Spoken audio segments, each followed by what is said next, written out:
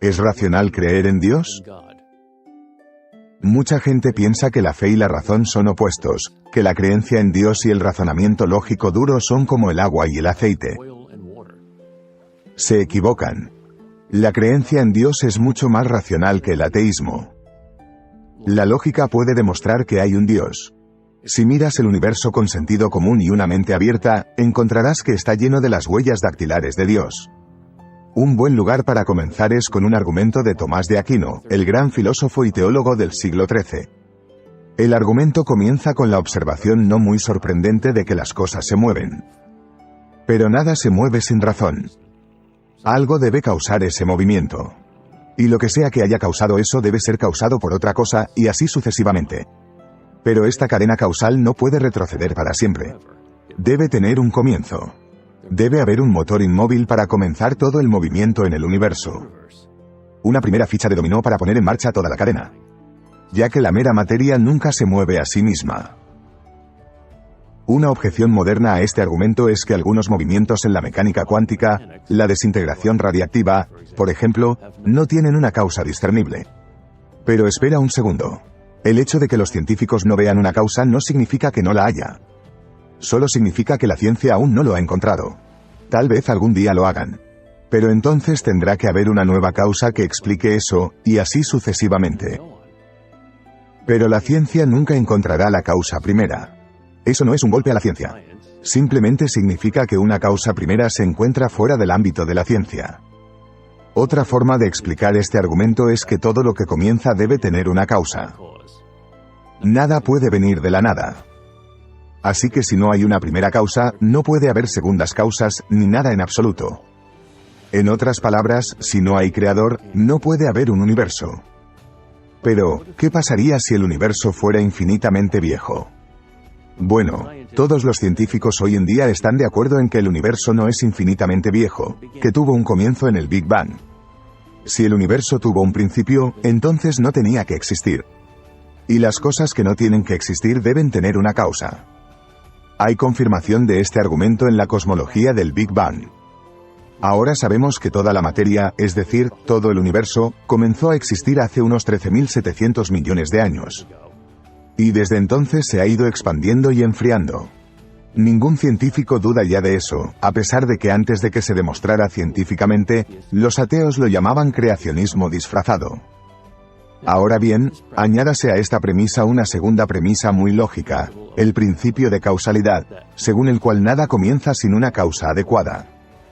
Y se llega a la conclusión de que, dado que hubo un Big Bang, debe haber un Big Banger. Pero, ¿es este Big Banger Dios? ¿Por qué no podía ser un universo más? Debido a que la teoría general de la relatividad de Einstein dice que todo el tiempo es relativo a la materia. Y dado que toda la materia comenzó hace 13.700 millones de años, también lo hizo todo el tiempo. Así que no hay tiempo antes del Big Bang. E incluso si hay tiempo antes del Big Bang, incluso si hay un multiverso, es decir, muchos universos con muchos Big Bang, como dice la teoría de cuerdas que es matemáticamente posible. Eso también debe tener un comienzo. Un comienzo absoluto es lo que la mayoría de la gente entiende por Dios. Sin embargo, algunos ateos consideran que la existencia de un número infinito de otros universos es más racional que la existencia de un creador. No importa que no haya evidencia empírica alguna de que exista alguno de estos universos desconocidos, y mucho menos 1000 o 1 trillón. La conclusión de que Dios existe no requiere fe. El ateísmo requiere fe. Se necesita fe para creer en todo lo que viene de la nada.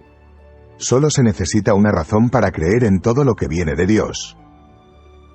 Sabes, durante 27 años, fui ateo. Pensaba que cualquiera que creyera en un dios o en dioses era bueno, estúpido o inculto, ingenuo, crédulo o simplemente estaba interesado en el trabajo por dinero, sexo y poder. Quiero decir, después de todo el mundo sabe que la religión es solo una muleta psicológica para los débiles intelectuales, ¿verdad? Entonces, ¿qué me hizo cambiar de opinión? Bueno, mira, cuento toda la historia en mi libro, Shattered. Pero para nuestros propósitos aquí en la Universidad de Prager, mis compañeros cristianos de los Rojos de Cincinnati simplemente me desafiaron a leer algunos libros religiosos, criticarlos y luego compartir con los muchachos dónde estaban equivocados los autores y por qué. El ateísmo es la única perspectiva real y verdadera para cualquiera que no se deje engañar por la fantasía, la ficción o la mitología. Quiero decir, para alguien que quiere basar sus creencias y valores en evidencia y argumentos. No la emoción y la tradición. Ahora, mira, en pocas palabras, me propuse refutar el teísmo, lo cual no pensé que tomaría mucho tiempo, pero me encontré con algunas dificultades en el camino. Dificultades como Aristóteles, Agustín, Tomás de Aquino. Quiero decir, en términos simples, me enfrenté a la conciencia de que realmente hay 4 grandes explosiones que deben ser explicadas, no solo una. Nunca me lo había planteado antes. Es decir, todos estamos familiarizados con el primer Big Bang. Por lo general, es la respuesta que se da a la pregunta, ¿por qué hay algo en lugar de nada? Es la idea de que no había nada, estalló, y boom, hay algo. Es decir, que el tiempo, la materia y el espacio llegaron a existir en un gran destello cosmológico hace unos 16.000 millones de años. No hubo un desarrollo gradual, ni formas transicionales, solo un giro binario, metafísico. Ahora no lo ves, y ahora sí. Bien. Quiero seguir la evidencia a donde sea que me lleve. Sin embargo, los astrofísicos nos dicen que este primer Big Bang, que solo un puñado de elementos fundamentales y que se necesitarían miles de millones y miles de millones de años para que los hornos nucleares de billones de estrellas produjeran los 118 elementos de la tabla periódica. Pero el primer Big Bang cosmológico teórico, bueno, solo produce materia y energía. Ni siquiera comienza a abordar el origen de la vida. Entonces, ¿cómo se obtiene la vida de la no vida? ¿Cómo se produjo la abiogénesis? Es decir, la noción de que algo puede surgir de la nada. ¿Dónde está la evidencia? Bueno, vas a necesitar otro salto de fe de algo de la nada, una especie de segundo Big Bang biológico. A pesar de todos los avances alucinantes que hemos logrado en física, biología y química en los últimos 100 años, todavía no estamos más cerca de hacerlo realidad. No tenemos ni idea. Cuanto más cerca miramos, más ancho es el abismo. Quiero decir, claro, hemos aprendido mucho sobre cómo manipular formas de vida, cómo agregar y restar material de ADN, incluso mapear el genoma humano, pero no tenemos idea de cómo crear literalmente vida a partir de cosas muertas. Ahora mira, en este punto, todavía solo tenemos física, química, y algo de biología básica o materia, energía y vida simple, por así decirlo, pero todavía no tenemos una manera de explicar la gran diversidad de formas de vida. Es decir, las enormes diferencias entre bacterias, plantas y animales. Tampoco tenemos una manera de explicar las diferencias entre el hombre y el animal. Todavía no tenemos una antropología en este momento. Así que vamos a necesitar una especie de tercer Big Bang antropológico para dar cuenta de todo esto, que, por supuesto, es lo que buscaba Darwin en su tesis del origen del hombre. Ahora mira, Darwin respondió a muchas preguntas, pero nunca pudo responder a la pregunta central. ¿Cómo comenzó la evolución? Pero bueno, todavía no hemos terminado de describir el mundo que nos rodea. Va a ser necesario un Big Bang final para explicar cómo puede convertirse en una mente humana autorreflexiva. Incluso las formas de vida más bajas tienen cerebro y sistema nervioso central. Quiero decir, ¿cómo se convierte algo así en la mente de un Miguel Ángel, un Shakespeare, un Beethoven? Vamos, que los animales no hacen arte y no aprecian la belleza. Pero el problema es aún más básico que eso. ¿Cómo se explica el libre albedrío y la introspección, por no hablar del apremiante impulso existencial del hombre para preguntarse por qué? Bueno, vamos a necesitar algún tipo de cuarto Big Bang psicológico para explicar el sentido moral y estético del hombre. Es decir, su búsqueda de significado y propósito. Y, por supuesto, su aprecio por lo verdadero, lo bueno y lo bello. Y de nuevo, debes entender que estos problemas requieren flequillos. Es decir, de repente aparece un binario que existe, ya que no hay evidencia de ningún desarrollo gradual en ninguno de ellos. Así que yo, como tú, tengo una opción. Es la fe en estos 4 Big Bang de algo de nada para dar cuenta de lo que vemos a nuestro alrededor. O la fe en algún tipo de Dios creador detrás de todo. Así que la próxima vez que alguien te pregunte, oye, ¿qué pasa con el Big Bang? Asegúrate de preguntarles, ¿cuál lo cosmológico, lo biológico, lo antropológico o psicológico. En 1966, la revista Time publicó un artículo de portada en el que preguntaba, ¿ha muerto Dios? La portada reflejaba el hecho de que mucha gente había aceptado la narrativa cultural de que Dios es obsoleto, que a medida que avanza la ciencia, hay menos necesidad de un Dios que explique el universo. Resulta, sin embargo, que los rumores de la muerte de Dios eran prematuros. De hecho, tal vez los mejores argumentos a favor de su existencia provienen, de todos los lugares, de la ciencia misma. Esta es la historia. El mismo año en que la revista Time publicó su ahora famoso titular, el astrónomo Carl Sagan anunció que había dos criterios necesarios para que un planeta sustentara la vida: el tipo correcto de estrella y un planeta a la distancia correcta de esa estrella. Dados los aproximadamente octillones de planetas en el universo, eso es 1 seguido de 24 ceros.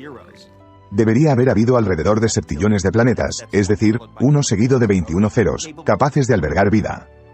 Con probabilidades tan espectaculares, los científicos eran optimistas de que la búsqueda de inteligencia extraterrestre, conocida por sus iniciales SETI, un ambicioso proyecto lanzado en la década de 1960, seguramente daría lugar a algo pronto. Con una vasta red radiotelescópica, los científicos escuchaban señales que se asemejaban a la inteligencia codificada. Pero a medida que pasaban los años, el silencio del universo era ensordecedor. A partir de 2014, los investigadores han descubierto precisamente Bubkus, no un Silg, es decir, cero seguido de un número infinito de ceros. ¿Qué pasó?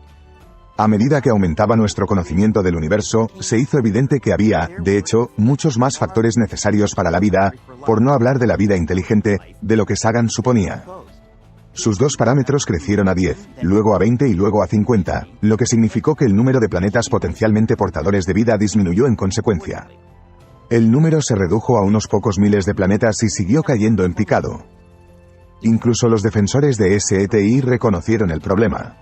Peter Senkel escribió en un artículo de 2006 para Skeptical Inquirer, una revista que afirma firmemente el ateísmo, a la luz de los nuevos hallazgos y percepciones, que debemos admitir tranquilamente que las primeras estimaciones ya no son sostenibles. Hoy en día, hay más de 200 parámetros conocidos necesarios para que un planeta sustente la vida, cada uno de los cuales debe cumplirse perfectamente o todo se desmorona. Por ejemplo, sin un planeta masivo y rico en gravedad como Júpiter cerca para atraer asteroides, la Tierra se parecería más a una diana interestelar que al orbe verde que es. En pocas palabras, las probabilidades contra la vida en el universo son asombrosas. Sin embargo, aquí estamos, no solo existiendo, sino hablando de existir. ¿Qué puede explicarlo? ¿Es posible que cada uno de esos muchos parámetros se haya cumplido perfectamente por accidente? ¿En qué momento es justo admitir que es la propia ciencia la que sugiere que no podemos ser el resultado de fuerzas aleatorias? ¿Acaso asumir que una inteligencia creó estas condiciones perfectas no requiere de hecho mucha menos fe que creer que una Tierra que sustenta la vida acaba de vencer las probabilidades inconcebibles? Pero espera, hay más. El ajuste fino necesario para que exista vida en un planeta no es nada comparado con el ajuste fino requerido para que el universo exista. Por ejemplo, los astrofísicos ahora saben que los valores de las 4 fuerzas fundamentales, la gravedad, la fuerza electromagnética y las fuerzas nucleares fuerte y débil, se determinaron menos de 1 millonésima de segundo después del Big Bang. Si se altera ligeramente cualquiera de estos 4 valores, el universo tal como lo conocemos no podría existir. Por ejemplo, si la relación entre la fuerza nuclear fuerte y la fuerza electromagnética hubiera estado desviada por la fracción más pequeña de la fracción inconcebible más pequeña, entonces no se podría haber formado ninguna estrella. Multiplique ese único parámetro por todas las demás condiciones necesarias, y las probabilidades en contra de la existencia del universo son tan astronómicas que la noción de que todo sucedió desafía el sentido común. Sería como lanzar una moneda y que salga cara 10 quintillones de veces seguidas. No creo. Fred Hoyle, el astrónomo que acuñó el término Big Bang, dijo que su ateísmo se vio muy sacudido por estos acontecimientos. Uno de los físicos teóricos más reconocidos del mundo, Paul Davies, ha dicho que la apariencia del diseño es abrumadora. Incluso el difunto Christopher Hitchens, uno de los defensores más agresivos del ateísmo, admitió que, sin lugar a dudas, el argumento del ajuste fino era el argumento más poderoso del otro lado. El profesor de matemáticas de la Universidad de Oxford, el Dr. John Lennox, ha dicho, cuanto más conocemos nuestro universo, más credibilidad gana la hipótesis de que hay un creador como la mejor explicación de por qué estamos aquí. El milagro más grande de todos los tiempos es el universo. Es el milagro de todos los milagros, uno que ineludiblemente apunta a algo o alguien más allá de sí mismo. Si Dios existe, entonces el mundo no evolucionó por casualidad, sino por diseño deliberado. Hay un artista detrás de esta increíble obra de arte, este mundo grande y hermoso. Si Dios existe, estamos viviendo una gran historia, una epopeya como El Señor de los Anillos, con héroes reales y tareas heroicas. En última instancia, todos los giros y vueltas de esta narrativa épica valdrán la pena. Todo tendrá sentido. Incluso tendrá un final feliz. No necesariamente, ni siquiera probablemente, en nuestra propia vida. Ni siquiera Moisés entró en la tierra prometida, sino que en el transcurso del tiempo en una vida después de la muerte. Que existe tan ciertamente como Dios existe. Si Dios existe, la presencia del mal, por difícil que sea de aceptar, tiene sentido. Dios lo permite por una razón. Es decir, preservar nuestro libre albedrío. Y Dios reconciliará todas las injusticias al final. Si no hay Dios, la vida es un gran tiro de mierda. Si Dios existe, la moralidad es una característica objetiva real del mundo. Si no hay Dios, la moralidad es solo las reglas que inventamos para este pequeño juego de la vida que jugamos. Si Dios existe, el amor es la naturaleza de una realidad eterna. Si no hay Dios, el amor es solo un sentimiento fugaz. No más que un montón de interacciones químicas y neurológicas.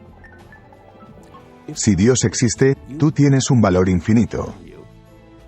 Él te conoce como un padre conoce a su hijo. Él es accesible para ti.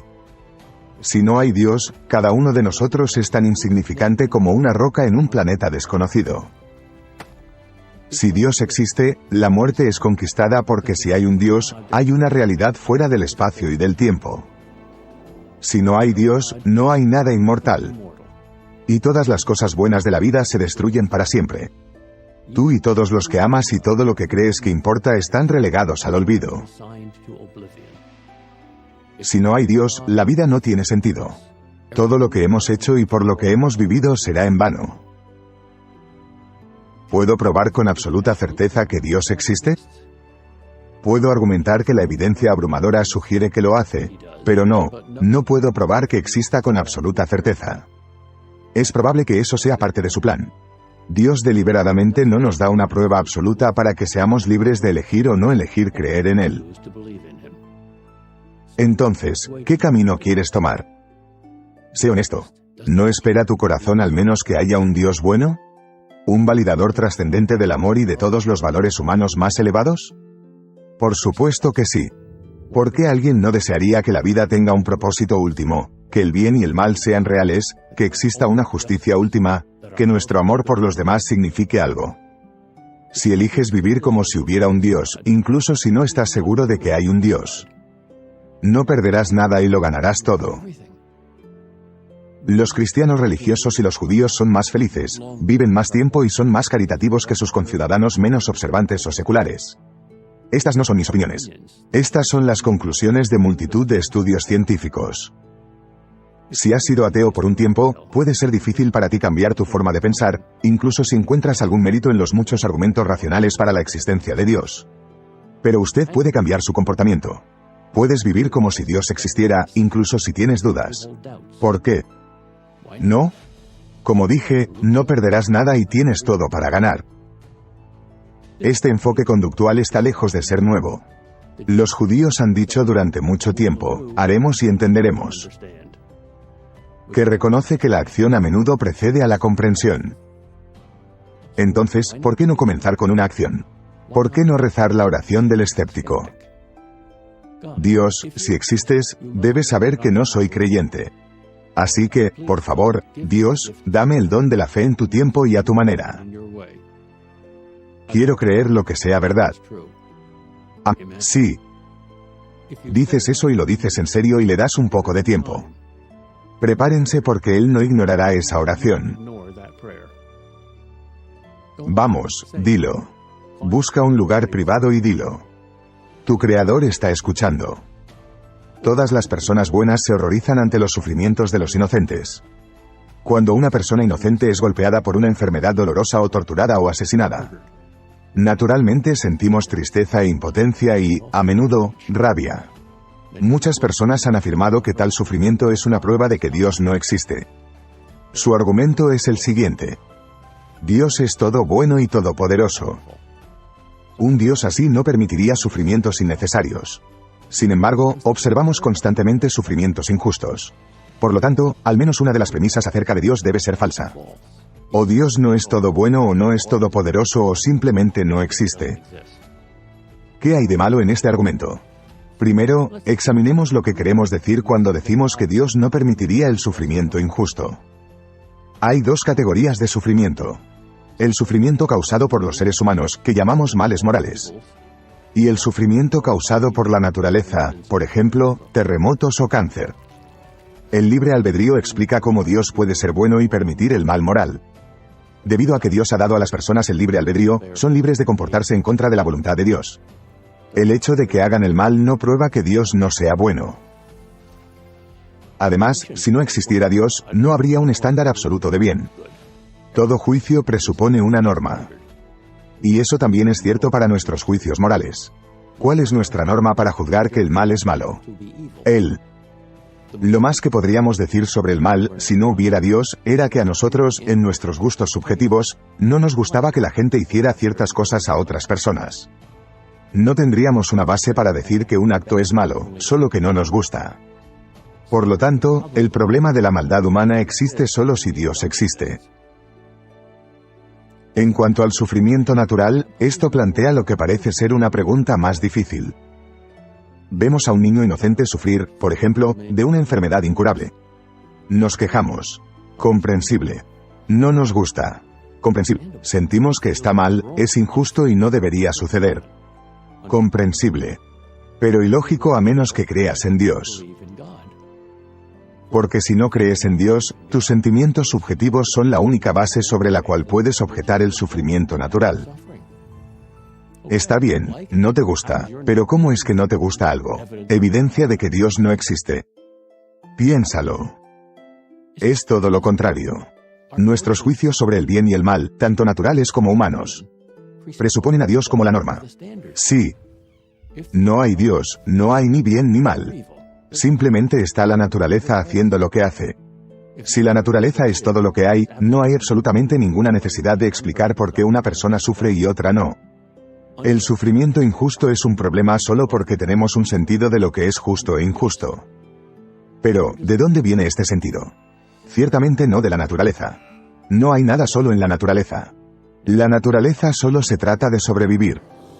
En otras palabras, ¿qué significa que el sufrimiento sea innecesario o malo? ¿Cómo se determina eso? ¿Contra qué criterio?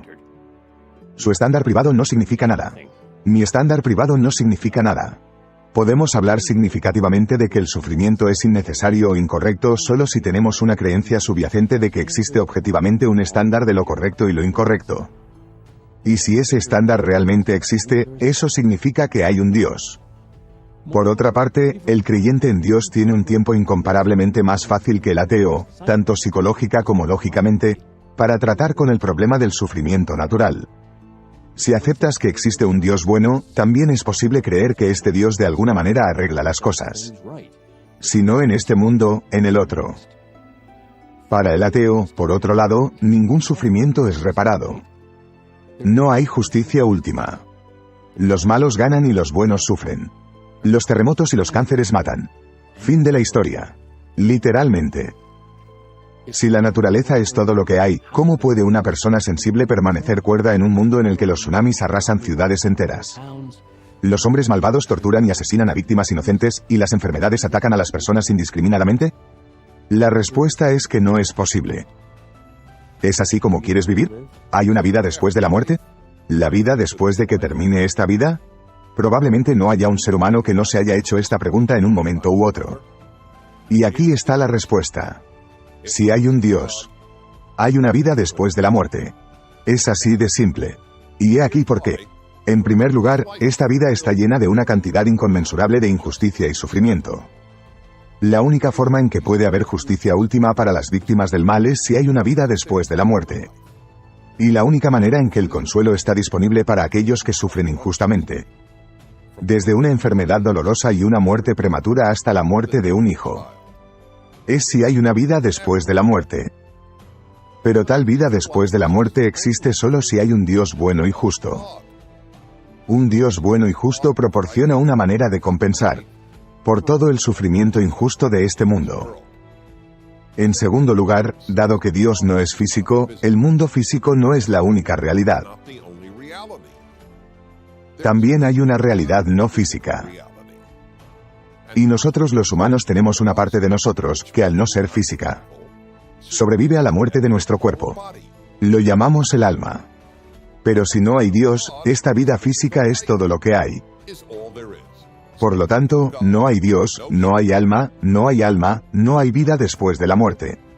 Ahora, por supuesto, aquellos que dudan de la existencia de Dios tienen todas las razones para dudar de una vida después de la muerte. Pero si crees en un Dios bueno, entonces tienes que creer que hay una vida después de la muerte. Si dices que crees en Dios pero no en una vida después de la muerte, el Dios en el que crees no solo no es bueno, sino que Dios es cruel. Que Dios hizo un mundo lleno de sufrimiento injusto y lo dejó así. Ahora, algunas personas que no creen en la vida después de la muerte ofrecen su propia versión de la inmortalidad. Una vez asistí a un funeral en el que el hombre que oficiaba dijo que, si bien no hay vida después de la muerte, vivimos a través de nuestras buenas obras y en los recuerdos de nuestros seres queridos. Eso es lo que mucha gente que rechaza una vida después de la muerte quiere creer. Pero la idea de que los seres humanos viven a través de sus buenas obras o a través de los recuerdos de sus seres queridos, lo que generalmente significa los hijos o nietos de una persona, simplemente no tiene sentido. Si la gente vive a través de sus buenas obras, entonces los niños que mueren no viven. El número de buenas obras que la mayoría de los niños son capaces de hacer es minúscula. En cuanto a los bebés que mueren, bueno, los bebés no pueden participar en buenas obras en absoluto, así que supongo que simplemente no viven. De todos modos, la verdad es que las malas obras suelen vivir más tiempo que casi todas las buenas. De hecho, si las obras nos hacen inmortales, Hitler, con todo el mal que hizo, es mucho más inmortal que las personas más amables de la Tierra. En cuanto a vivir en la memoria de nuestros hijos, ¿qué les decimos a los que no tienen hijos? Arrepentido. No sigues viviendo. Además, vivir en la memoria de cualquiera, por muy hermoso que sea, no es lo mismo que la inmortalidad o una vida después de la muerte. Como dijo Woody Allen, no quiero alcanzar la inmortalidad a través de mi trabajo. Quiero lograrlo a través de no morir. Si no hay vida después de la muerte, no seguimos viviendo, punto. Seamos lo suficientemente honestos como para reconocerlo. Si no hay vida después de la muerte, ninguno de nosotros volverá a estar con aquellos que más amamos y que nos aman. Si no hay vida después de la muerte, ni nadie asesinado ni ningún asesino recibirá justicia definitiva. Si no hay vida después de la muerte, esta vida, para la gran mayoría de las personas que alguna vez vivieron y para los que están vivos ahora, es un juego de dados sin sentido. Finalmente, la gente siempre me pregunta, ¿qué pasa en el más allá? A lo que solo puedo responder, no sé. Pero sí sé esto. Mi creencia en Dios y en la vida después de la muerte me mantiene cuerdo. La idea de que esta vida es todo lo que hay significa que los torturadores se salen con la suya con los horrores en los que se han involucrado. Significa que esta vida es aleatoria y sin sentido. Y significa que nunca volveré a ver a nadie a quien amo. Esto me volvería loco. De hecho, no veo cómo no volvería loco a nadie. ¿A quién le importa el sufrimiento y que ama a alguien? Entonces, ¿existe una vida después? Sí. ¿Hay un Dios? Por supuesto que sí. Soy Dennis Prager. Desde el siglo XVIII y los albores de la llamada Edad de la Razón, la mayoría de las personas mejor educadas del mundo han estado absolutamente seguras de que solo la razón nos conducirá a la bondad y a un mundo bueno. No necesitamos un Dios, no necesitamos religión, todo lo que necesitamos es razón. El mal, se nos ha dicho durante casi 3 siglos, no tiene sentido, es irracional. Es por eso que a menudo escucharás a los dictadores asesinos referirse a ellos como locos y a sus malvados regímenes descritos como productos de locos. En otras palabras, todo lo contrario de los hombres racionales. Stalin era irracional, Pol Pot era un loco, la revolución cultural genocida de Mao en la que dirigió la matanza de 50 a 75 millones de chinos en tiempos de paz, nada menos, se llama rutinariamente locura. Y los llamamientos del régimen iraní a la aniquilación de Israel son rutinariamente descartados como, lo adivinaste, irracionales.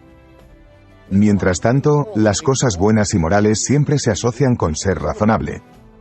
Pero esta asociación de la razón con el bien es una ilusión.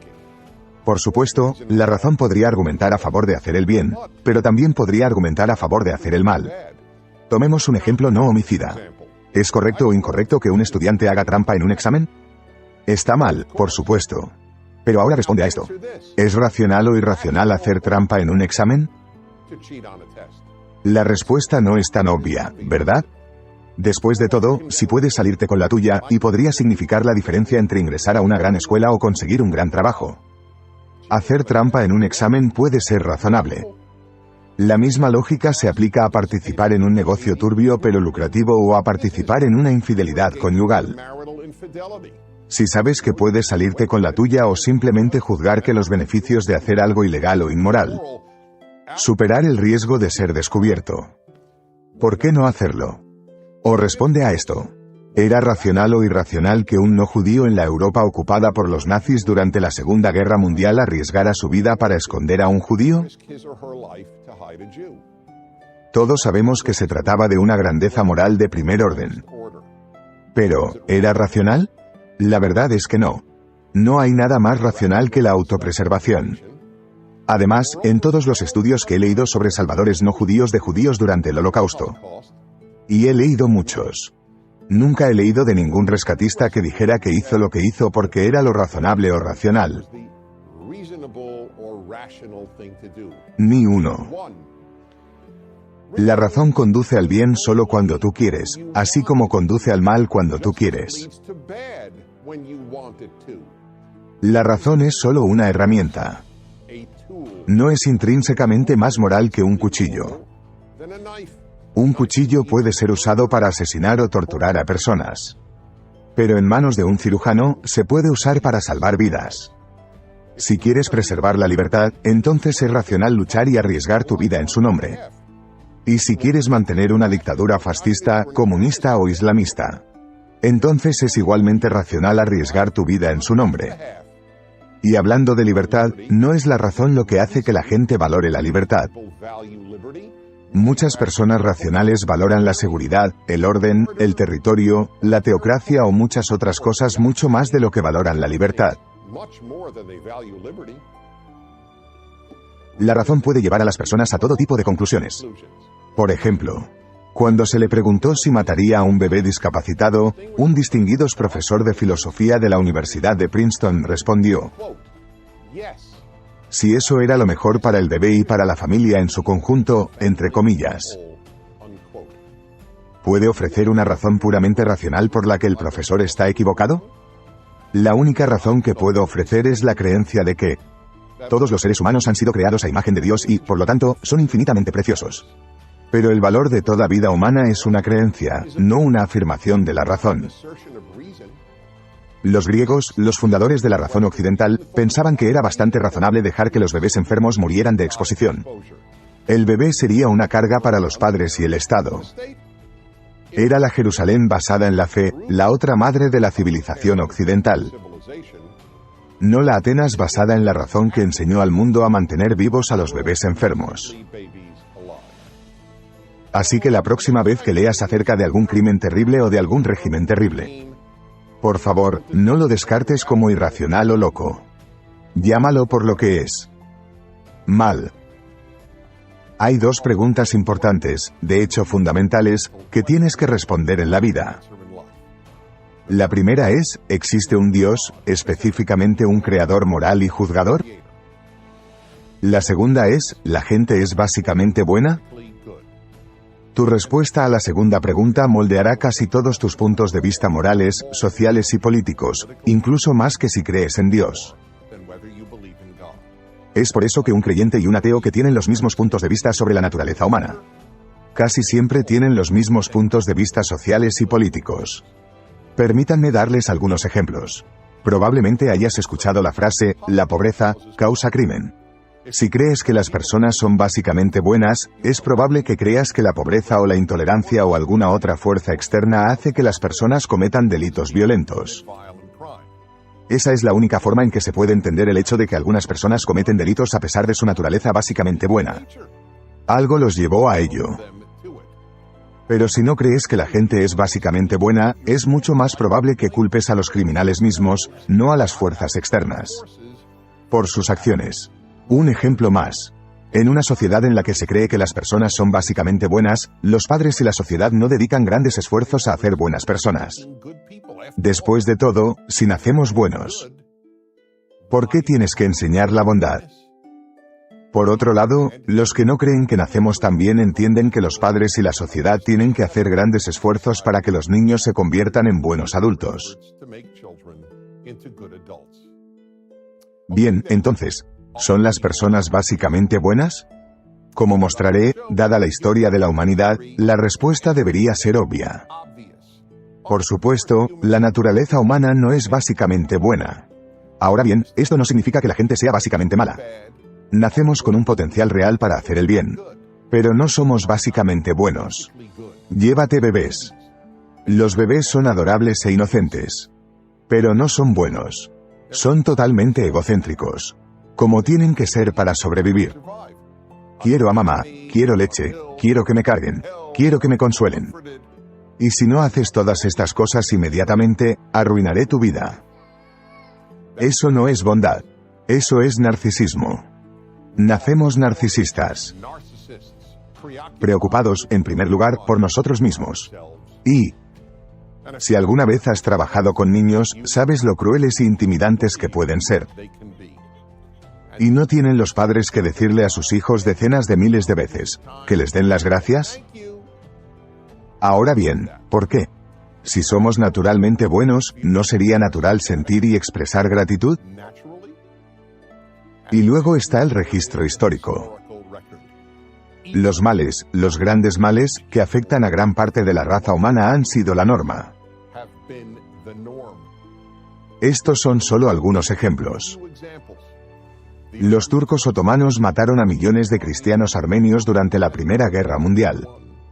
El régimen nazi alemán asesinó a 6 millones de judíos, 2 de cada 3 judíos europeos, incluidos más de 1 millón de niños y bebés. El régimen comunista soviético masacró a unos 5 millones de ucranianos y a otros 25 millones de inocentes. Los comunistas chinos mataron a unos 70 millones de chinos y esclavizaron al resto del pueblo chino. El régimen comunista de Corea del Norte ha construido lo que solo se puede llamar el campo de concentración más grande del mundo, la mayor parte de Corea del Norte. En el Congo poscolonial, en la década comprendida entre 1998 y 2008, más de 5 millones de personas fueron asesinadas y decenas, si no cientos de miles de mujeres, violadas. Por supuesto, antes de eso, alrededor de 10 millones de africanos fueron secuestrados y convertidos en esclavos en el comercio de esclavos europeo. Y otros 10 a 18 millones de africanos fueron esclavizados por los traficantes de esclavos árabes. Y déjame preguntarte esto, si la gente es básicamente buena, ¿por qué todas las civilizaciones tienen tantas leyes para controlar el comportamiento humano? Sabiendo todo esto, aquellos que creen que las personas son básicamente buenas simplemente han tomado la decisión de creerlo e ignorar toda la evidencia. ¿Por qué la gente comete maldad? Porque es fácil. Porque es tentador, y sí, porque a menudo concuerda con la naturaleza humana.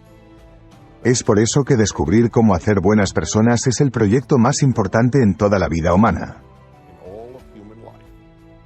Pero primero, tienes que creer que es necesario. ¿Crees que el bien y el mal existen? La respuesta a esta pregunta separa los valores judeocristianos de los valores seculares. Permítanme ofrecer el ejemplo más claro posible. Asesinato. ¿Está mal el asesinato? ¿Es malvado? Casi todo el mundo respondería que sí, pero ahora voy a plantear una pregunta mucho más difícil. ¿Cómo lo sabes? Estoy seguro de que piensas que el asesinato está mal. Pero, ¿cómo lo sabes? Si te preguntara cómo sabes que la Tierra es redonda, ¿me mostrarías fotografías del espacio exterior o me ofrecerías datos medibles? Pero, ¿qué fotografías podrías mostrar? ¿Qué medidas podría proporcionar? Que prueban que el asesinato, la violación o el robo están mal. El hecho es que no se puede. Hay hechos científicos, pero sin Dios, no hay hechos morales. En un mundo secular, solo puede haber opiniones sobre la moralidad. Pueden ser opiniones personales u opiniones de la sociedad. Sino solo opiniones. Todos los filósofos ateos que he leído o debatido sobre este tema han reconocido que si no hay Dios, no hay moral objetiva. Los valores judeocristianos se basan en la existencia de un Dios moral. En otras palabras, ¿solo si hay un Dios que dice que el asesinato está mal el asesinato? De otra manera, toda moralidad es opinión. Todo el mundo occidental, lo que llamamos civilización occidental, se basa en esta comprensión. Ahora, permítanme aclarar dos cosas. Primero, esto no significa que si no crees en Dios, no puedas ser una buena persona. Hay muchas personas amables y morales que no creen en Dios ni en los valores judeocristianos. Pero la existencia de estas buenas personas no tiene nada que ver con la cuestión de si el bien y el mal existen realmente si no hay Dios. Segundo, ha habido muchas personas que creyeron en Dios que no eran buenas personas. De hecho, no pocos han sido malvados e incluso han cometido el mal en nombre de Dios. La existencia de Dios no asegura que las personas hagan el bien. Ojalá lo hiciera. La existencia de Dios solo asegura que el bien y el mal existen objetivamente, y no son meras opiniones. Sin Dios, por lo tanto, terminamos con lo que se conoce como relativismo moral, lo que significa que la moralidad no es absoluta, sino solo relativa al individuo o a la sociedad. Sin Dios, las palabras bien y mal son solo otra forma de decir me gusta y no me gusta. Si no hay Dios, la afirmación de que el asesinato es malo es la misma que la afirmación de que no me gusta el asesinato. Ahora bien, muchos argumentarán que no se necesitan absolutos morales. La gente quiere asesinar porque no quiere ser asesinada. Pero ese argumento no es más que una ilusión. Hitler, Stalin y Mao no querían ser asesinados. Pero eso no les impidió asesinar a unos 100 millones de personas. No es una coincidencia que el rechazo de los valores judeocristianos en el mundo occidental por parte del nazismo y el comunismo haya llevado al asesinato de todas estas personas inocentes. Tampoco es una coincidencia que las primeras sociedades del mundo en abolir la esclavitud, una institución que existió en todas las sociedades conocidas en la historia de la humanidad, fueran sociedades occidentales arraigadas en los valores judeocristianos. Y así fueron las primeras sociedades en afirmar los derechos humanos universales, en emancipar a la mujer y proclamar el valor de la libertad. Hoy en día, el rechazo de los valores judeocristianos y de los absolutos morales ha llevado a un mundo de confusión moral.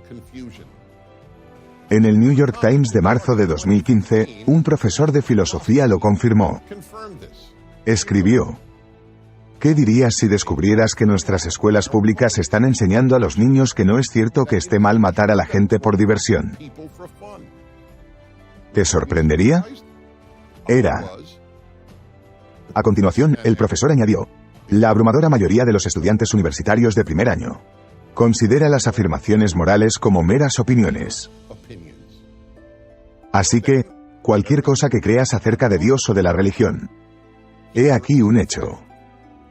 Sin un Dios que sea la fuente de la moralidad, la moralidad es solo una cuestión de opinión. Así que, si quieres un mundo bueno, muerte de los valores judeocristianos debería asustarte.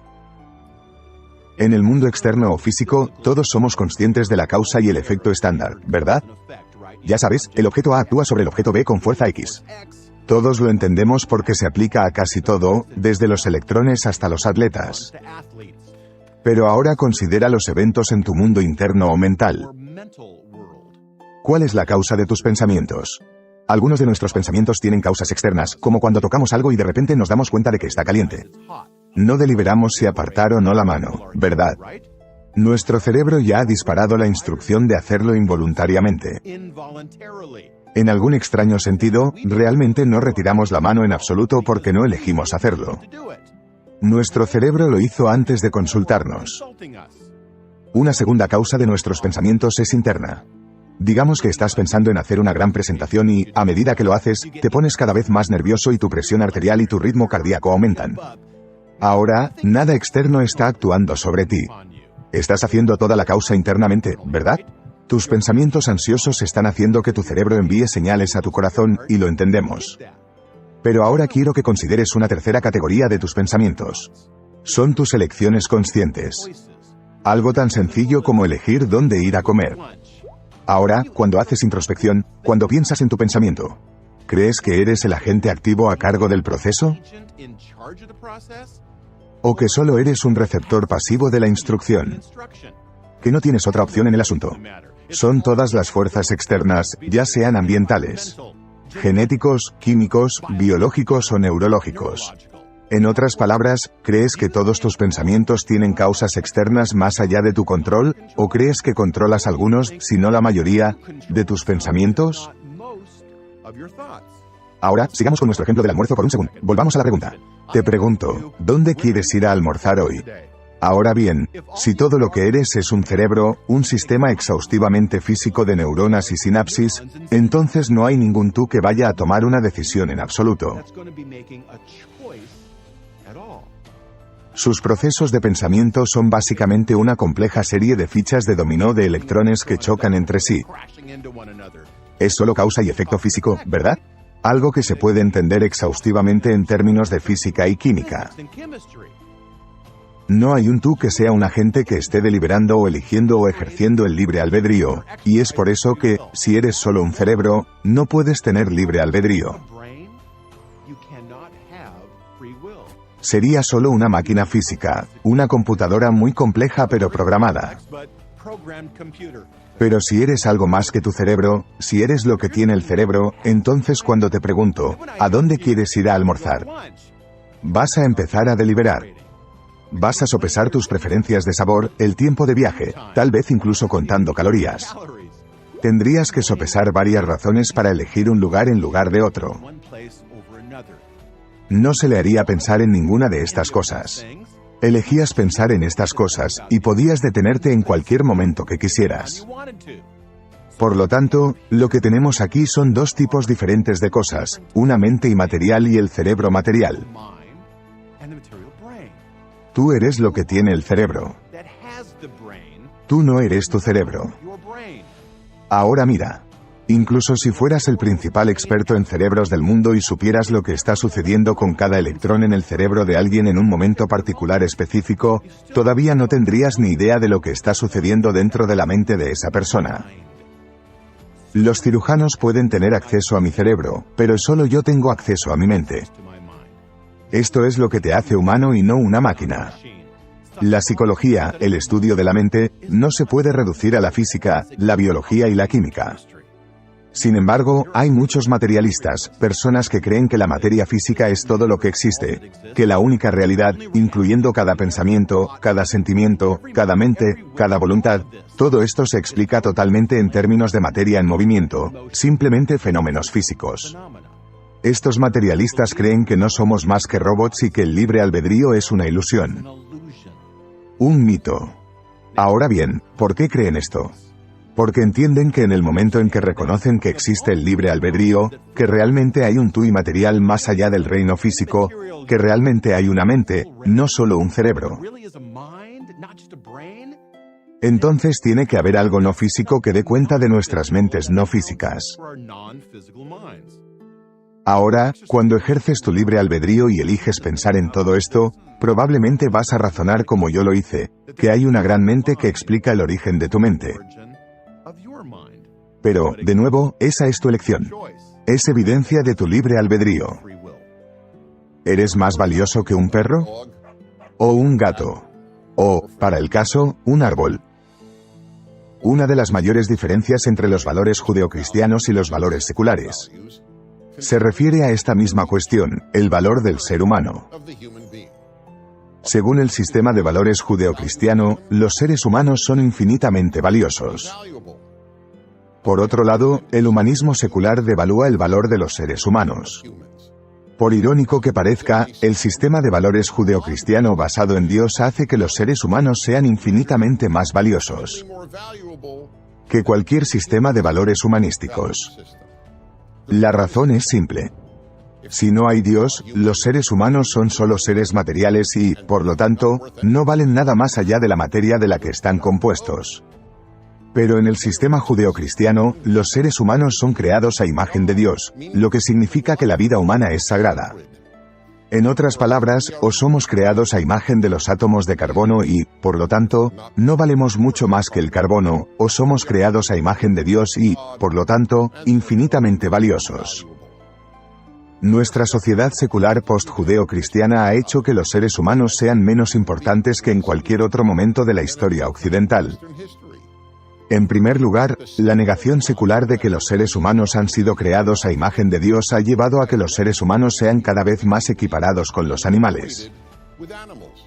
Es por eso que en el transcurso de 30 años de preguntar a estudiantes de secundaria y universitarios si primero intentarían salvar a su perro o a un extraño, 2/3 siempre han votado en contra de la persona.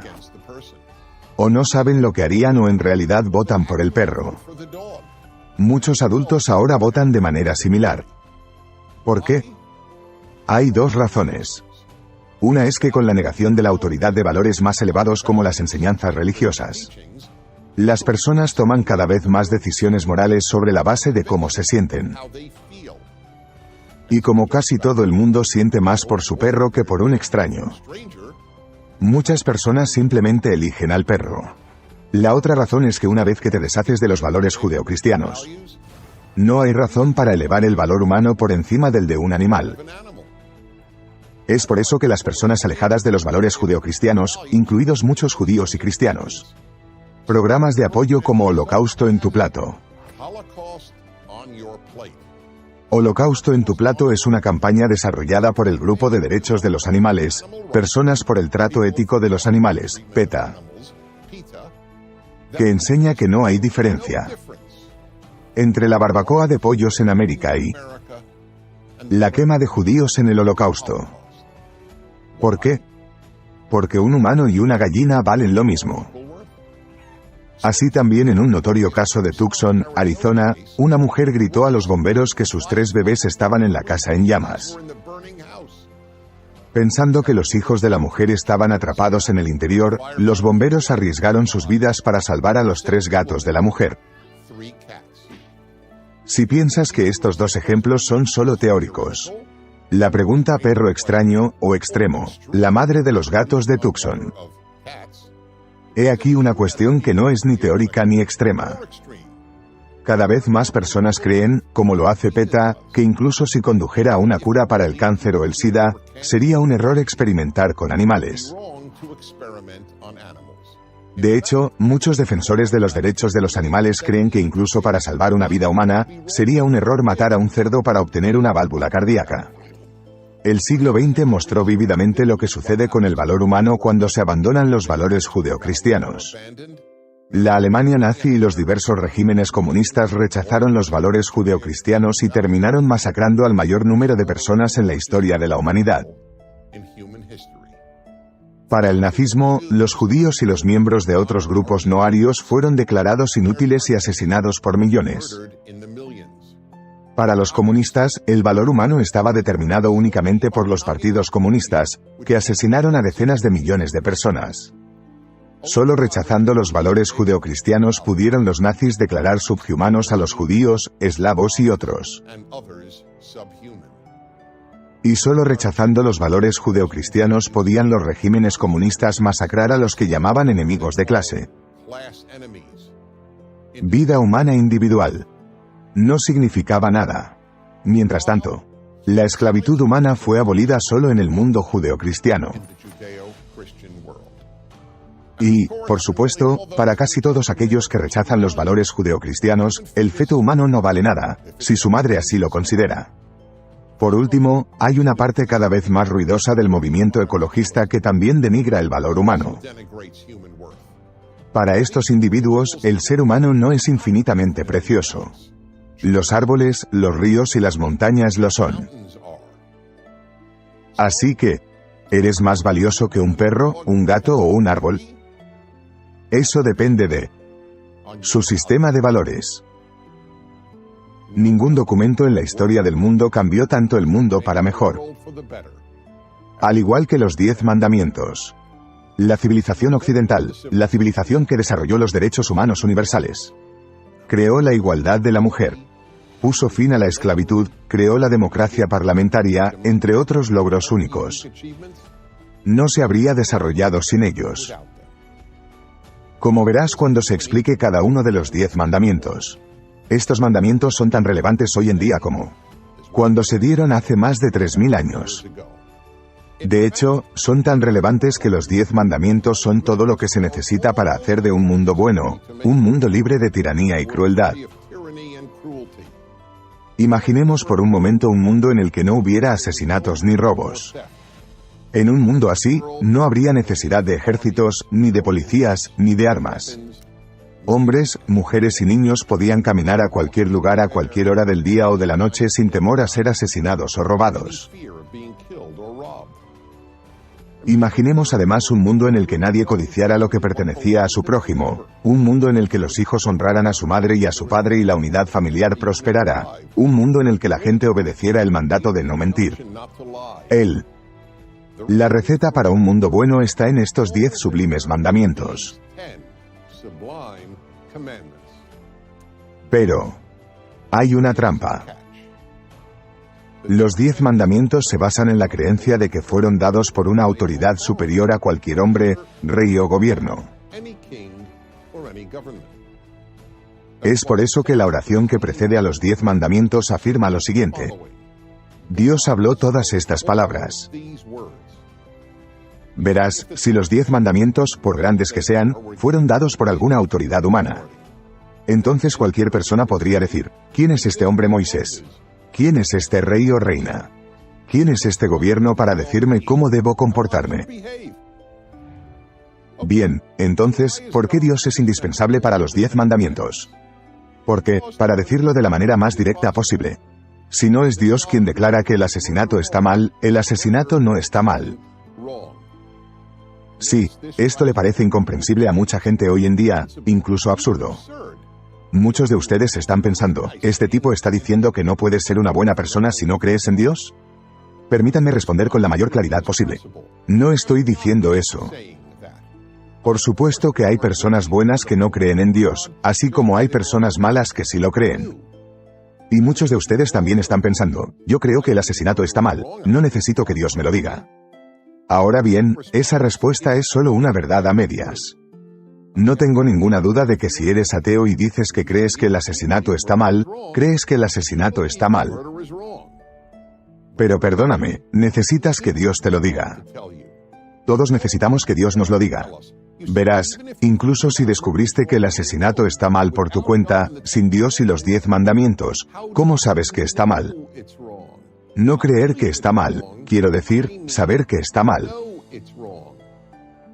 El hecho es que no puedes. Porque sin Dios, el bien y el mal son solo creencias personales, opiniones personales. Creo que robar en tiendas está bien, pero no es así. A menos que haya un Dios, toda moralidad es solo opinión y creencia. Y prácticamente todos los filósofos ateos lo han reconocido. Otro problema con el punto de vista de que no necesitas a Dios para creer que el asesinato está mal es que mucha gente no ha compartido tu punto de vista. Y no hay que remontarse muy atrás en la historia para demostrarlo. En el siglo XX, millones de personas en las sociedades comunistas y bajo el nazismo mataron a unos 100 millones de personas. Y eso sin contar un solo soldado muerto en la guerra. Así que no confíes demasiado en la capacidad de las personas para distinguir el bien del mal sin una autoridad superior. Es muy fácil dejarse llevar por un gobierno, un demagogo o una ideología, o racionalizar que lo malo que estás haciendo no está realmente mal. E incluso si descubres lo que está bien y lo que está mal, Dios sigue siendo necesario. Las personas que conocen la diferencia entre el bien y el mal hacen lo incorrecto todo el tiempo. ¿Sabes por qué? Porque pueden. Pueden hacerlo porque creen que nadie los está mirando. Pero si reconoces que Dios es la fuente de la ley moral, crees que Él siempre está observando. Así que incluso si eres ateo, querrías que la gente viviera según las leyes morales de los 10 mandamientos. E incluso un ateo tiene que admitir que cuantas más personas crean que Dios les dio, y por lo tanto no son solo opinión, mejor sería el mundo. ¿Cuál es el primero? ¿De los 10 mandamientos? Puede parecer una pregunta extraña, pero no lo es. Los judíos y los cristianos dan respuestas diferentes. La razón es que lo que conocemos como los 10 mandamientos son, en el hebreo original, las 10 declaraciones. Y puesto que el hebreo es el original, comenzamos con la primera afirmación. Lo cual todas las religiones están de acuerdo es, yo soy el Señor tu Dios, que te saqué de la tierra de Egipto, de la casa de servidumbre. Esta declaración es tan importante que ninguno de los otros mandamientos tiene sentido sin ella. En primer lugar, afirma que Dios está dando estos mandamientos, no Moisés ni ningún otro ser humano. Segundo, Dios es el que te libró de la esclavitud. Una vez más, ningún ser humano hizo esto, ni siquiera Moisés. Por lo tanto, tienes una obligación conmigo, Dios. ¿Y cuál es esa obligación? Que vivas de acuerdo con los siguientes 9 mandamientos. Este es el comienzo de lo que se conoce como monoteísmo ético, la mayor innovación de la Biblia hebrea que cambió el mundo. Significa 2 cosas. El monoteísmo ético significa que el único Dios, que es el monoteísmo, es la fuente de la ética, de la moralidad. La moralidad, un código objetivo de lo correcto y lo incorrecto, no emana de la opinión humana. Emana de Dios y, por lo tanto, trasciende la opinión humana. El otro significado del monoteísmo ético es que lo que Dios más quiere de nosotros es que tratemos moralmente a otros seres humanos. Ninguno de los 10 mandamientos se refiere a lo que los seres humanos deben hacer, entre comillas, por Dios. Todas las religiones anteriores a los 10 mandamientos creen que las personas deben hacer mucho por sus dioses. Por ejemplo, aliméntelos. E incluso sacrificar personas para ellos. Pero ahora, gracias a los 10 mandamientos, la humanidad aprendió que lo que Dios quiere es que seamos buenos con nuestros semejantes. Incluso los mandamientos concernientes a no tener dioses falsos y no llevar el nombre de Dios en vano tienen que ver en última instancia con la moralidad. Lo que podemos hacer por Dios es tratar decentemente a todos sus otros hijos. Todos los padres pueden identificarse con esto. Los padres, o al menos los padres sanos, tienen una alegría indescriptible cuando ven a sus hijos actuar amorosamente unos con otros y un dolor indescriptible cuando ven que sus hijos se lastiman entre sí. De la misma manera, Dios, que es semejante a nuestro Padre Celestial, se preocupa más por la forma en que tratamos a otros seres humanos, todos los cuales son sus hijos. La tercera enseñanza crítica de la primera afirmación, yo soy el Señor tu Dios, que te saqué de Egipto, de la casa de servidumbre. Es la importancia y el significado de la libertad. Nótese que Dios no está diciendo en esta introducción a los 10 mandamientos que Él creó el mundo. Seguramente habría tenido mucho sentido que Dios introdujera los 10 mandamientos con la declaración, yo soy el Señor tu Dios, que creó el mundo. Al fin y al cabo, eso es bastante impresionante y tendría sentido. Yo creé el mundo, será mejor que me escuches. Pero no.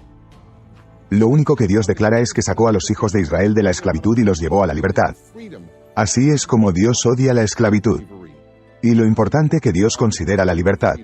Los fundadores de Estados Unidos basaron toda su visión de Estados Unidos en esta creencia de que Dios quiere que seamos libres. Es por eso que el símbolo más icónico de la Revolución Americana, la campana de la libertad, tiene una sola frase inscrita en ella, un versículo de la Biblia hebrea. Proclama libertad en toda la tierra a todos sus habitantes.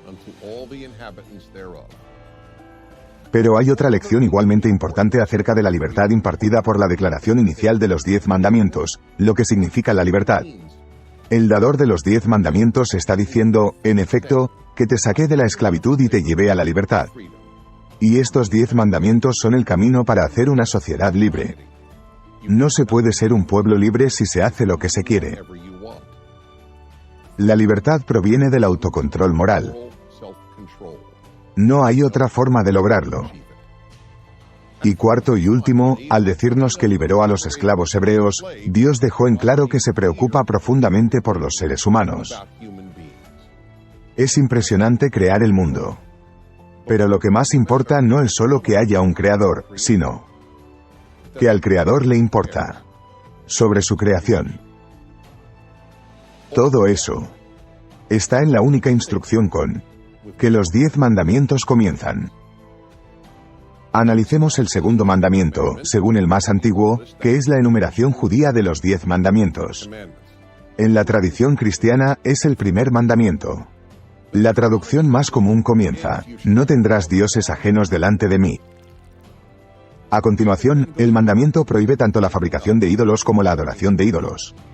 La mayoría de las personas, cuando piensan en este mandamiento, piensan comprensiblemente que solo prohíbe la adoración de ídolos y la adoración de dioses, como los antiguos dioses paganos de la lluvia, de la fertilidad, todos los demás dioses de la naturaleza y los dioses principales, como el Júpiter romano y el Zeus griego.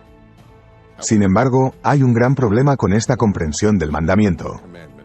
Dado que hoy en día nadie adora a estos dioses, y mucho menos adora ídolos hechos de piedra, la mayoría de la gente piensa que este mandamiento es irrelevante para la vida moderna. La ironía, sin embargo, es que este mandamiento no solo es relevante para la vida moderna, sino que en muchos sentidos es la madre de todos los demás mandamientos. ¿Por qué es tan relevante hoy en día? Porque hoy tenemos tantos dioses falsos como los antiguos.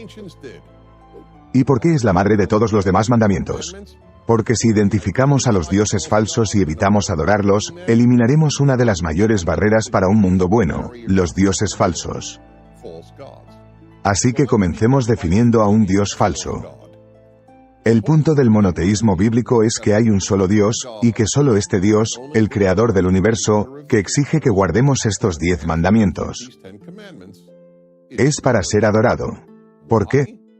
Primero, porque un Dios significa una raza humana.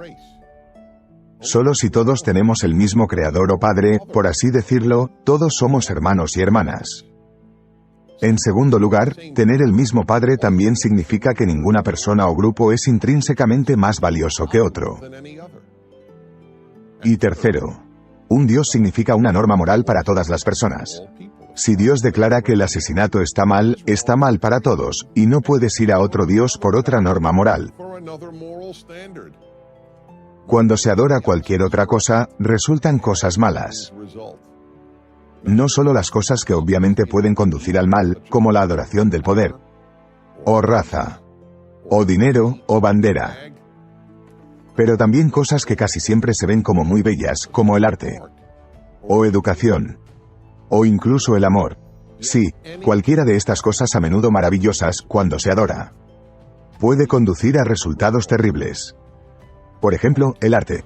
Muchos de los seres humanos más crueles de la historia amaban la música y el arte hermosos. Pero como amante de la música, aprendí temprano en la vida el triste hecho. Esa gran música se puede usar para inspirar a las personas a seguir el mal tanto como se puede usar para inspirar a las personas a hacer el bien. El gran director de Hollywood, Stanley Kubrick, lo señaló vívidamente en su clásica película de 1971, La Naranja Mecánica. En él, hombres violan y asesinan, mientras suena música clásica de fondo. Tomemos como ejemplo la educación. Todos reconocemos lo importante que puede ser la educación, desde preparar a las personas para que puedan encontrar trabajo, hasta comprender el mundo. Pero la educación en sí misma, divorciado de los fines superiores de Dios y de la bondad, puede liderar, y a menudo ha liderado, a un gran mal. Muchas de las personas mejor educadas de Alemania apoyaron a Hitler y a los nazis, y casi todos los partidarios del mundo occidental, de los regímenes genocidas de Stalin y la Unión Soviética y Mao y China eran altamente educados. No hay nada en un doctorado que garantiza que una persona será más sabia, más amable o más ético que alguien con solo una educación secundaria.